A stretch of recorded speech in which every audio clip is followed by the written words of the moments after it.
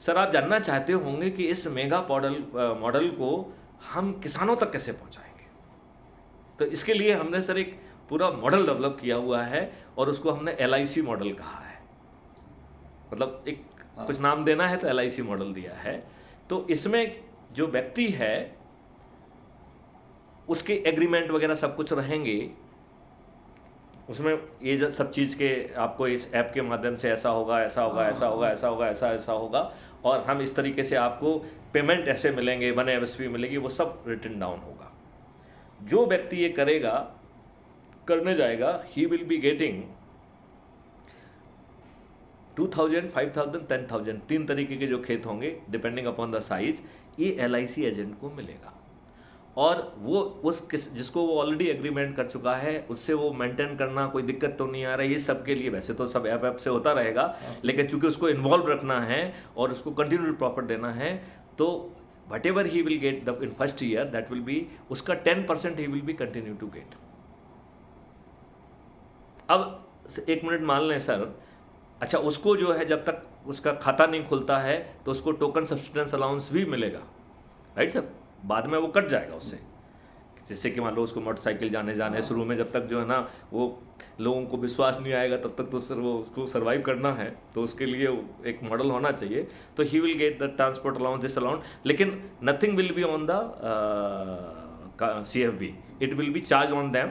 जब उसके खूब पैसे मिलेंगे तो उसको सर पैसा कितना मिलेगा, मैं थोड़ा सर अंदाज वो आपको बताना चाहता हूँ। यदि वो एक गांव में गया, लोगों को इकट्ठा करके उसने 10 कर लिया और 10-10 हज़ार के 10 किए तो उसने 1 लाख कमा लिए सर। यदि वो अपने इस परफॉर्मेंस को रिपीट करता है तो 1 महीने में 30 लाख कमाएगा।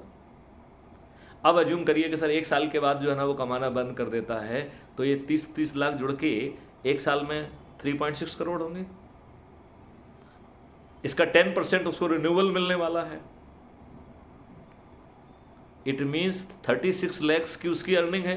मतलब वो चाहे तो बस फिर लोगों से मिले, बातचीत करे, जो हम काम दें वो करे, और 36 lakh rupees, 3 lakh rupees per month he will be getting. पैसा कहाँ से आएगा इसके लिए sir? It will go on cost settling account. हमारे पास तो एक दूध देती गाय है ना भाई, ये sir this is the concept जिसमें हर चीज़ को क्रिएट करना है। अल्टीमेटली सर्विसेज किसको मिली? उस किसान को मिली। और इतनी वेल्थ पैदा होने वाली है तो वो वेल्थ डिस्ट्रीब्यूट करने के लिए हमें वर्क कंपोनेंट की कॉस्ट बढ़ाना पड़ेगी, रेट्स बढ़ाना पड़ेंगे।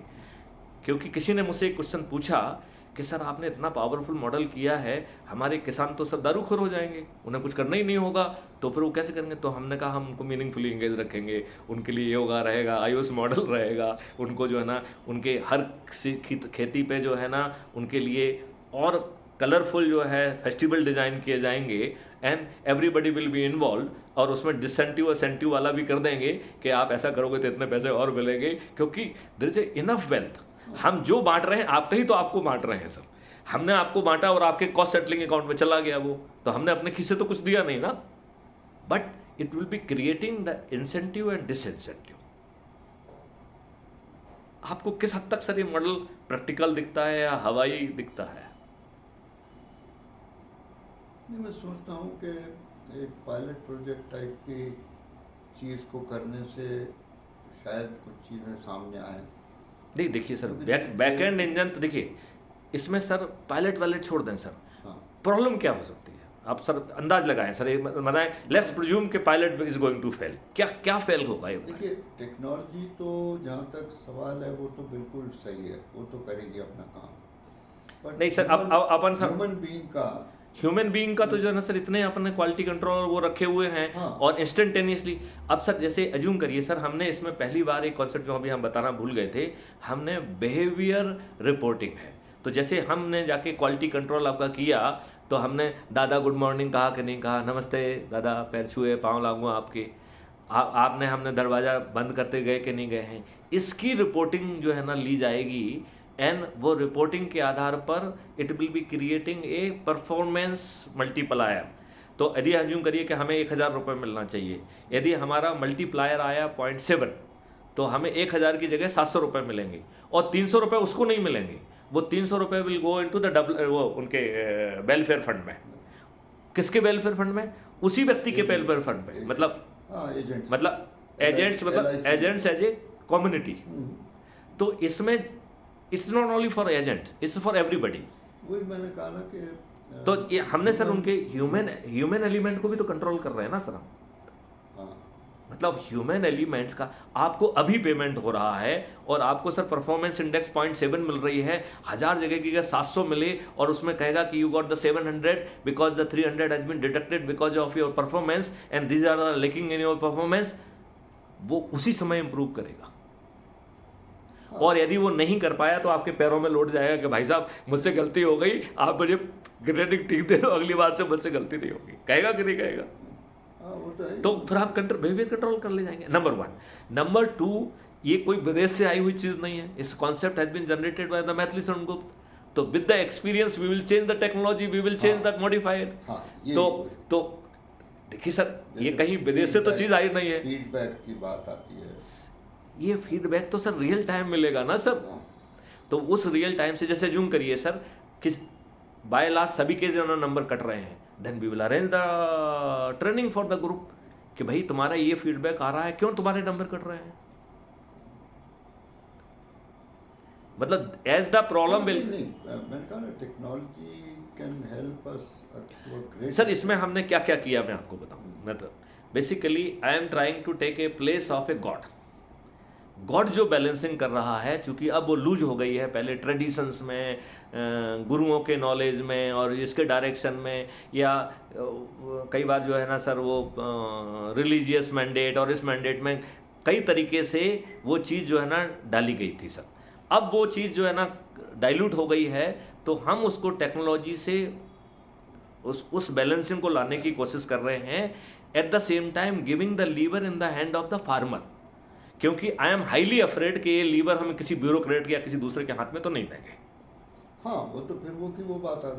वो देंगे ही नहीं सर, वो तो प्रिंसिपल में है, नहीं देंगे सर। ऐसे सर हर चीज के लिए मॉडल है सर, इंडस्ट्री के लिए मॉडल है। वी आर सेइंग कि हम देश को जो है biggest research and development hub बना देंगे। वैदिक इन्वेस्टिगेशंस, वैदिक जो है ना रिसर्च होंगी। 1835 में जिन हम 18 विधाओं में पारंगत थे, उसके अवशेष कहीं ना कहीं तो मिलेंगे, क्योंकि इंडिया का जो नॉलेज में इंटरनेशनल स्टूडेंट हुआ करते थे, तो भारत में ख़त्म हो गया है, तो चाइना में मिलेगा, जर्मनी में मिलेगा, यहाँ मिलेगा, जहाँ मिलेगा वहाँ से लेके आएंगे सर। ये तो मूर्ख लोग हैं। ये क्या रिसर्च हमें यूरोपियन और ये लोग सिखाएंगे।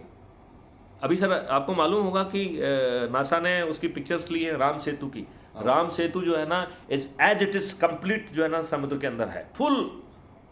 एंड जो है उसमें जो है जो नेलिंग है, वो नेल्स जो है लोहे की हैं, उनमें अभी भी रस्ट नहीं लगी है। और जो पत्थर से पत्थर जुड़ा है वो चूने से जुड़ा हुआ है। और क्या केमिकल मिलाया गया होगा उसमें। सो नल एंड नील बंदर नहीं थे, वो बड़े बिगेस्ट जो है ना, they were the scientist of the highest order. तो जब उसमें जो है ना रामचरितमानस, साउथ की रामचरितमानस में है ये कि वो जब नल नील से पूछते हैं कि इसको कब ख़त्म करना है, तो बोले ख़त्म करना आपके हाथ में है। तो बोले कैसे आपके हमारे हाथ में है। बोले जो आप बाण चलाते हैं उसके ऊपर जो केमिकल आप लगाते हैं, हमने ये व्यवस्था की है कि उस केमिकल के टच में आते ही वो अपने आप जो है ना ढह जाएगा। तो जब ये आने लगे तो भगवान राम ने जो है वो बाण जो है विभीषण को दिया था कि देखो तुम जब तक चाहो तब इसको रखो, अदरवाइज ये बाण है, तुम इसको मारोगे तो ये डिजॉल्व हो जाएगा पूरा। और उसने वो इस तरीके से प्लान किया गया था कि उस पर सिर्फ बंदर ही वॉक कर सकते हैं। हल्का होता है ना? हल्का होता है, तो वो that kind of stay for long. भाई कई बार अपन देखते हैं हाँ, ऐसे खट चले जाते। करेक्ट। तो उसमें वो भी है कि उसमें कहा गया है इस बात को, जब उसमें जब नल नील राम से संवाद कर रहे हैं तो उन्होंने कहा कि प्रभु इससे हम तो जा पाएंगे, दुश्मन नहीं आ पाएंगे। और जब प्रभु राम ने कहा उनसे कि जो है ना ये कब तक चलेगा, तो उन्होंने कहा जब तक आपकी मर्जी होगी। तो बोले कैसे। बोले इसको हमने इस तरीके से बनाया है कि the chemical which you use on your arrow, उस केमिकल के टच में आते ही एक स्वतः डिजॉल्व हो जाएगा। तो वो केमिकल और वो एरो जो है वो राम जो है जब वहाँ से श्रीलंका से लौटे तो वो विभीषण को दे के आए थे और उनसे कह के आए थे कि भाई देखो तुमको यूज करना हो तो कर लेना, जब तुम्हारा दिल करे खत्म कर देना इसको, विच ही डिड नॉट डू, क्योंकि आज इंटैक्ट है वो। तो फोटोग्राफ है, ये सैटेलाइट फोटोग्राफ, सैटेलाइट नासा की फोटोग्राफ्स हैं उसमें पूरे, और उसमें सरस्वती नदी का भी अगर आपने देखा हो जी तो जो दब गई, जो नीचे चली गई, सुप्त हो गई जो, हाँ उसका भी ट्रैक बिल्कुल क्लियर है जो अपने उसमें है। हाँ, तो बिल्कुल ऐसा मैं वही कह रहा हूँ कि सर हमारी सभ्यता इतनी ऊपर है, हमारे जो है ना। हाँ, तो देखिए ये बात कह रहे हैं ना कि अभी तक के लोग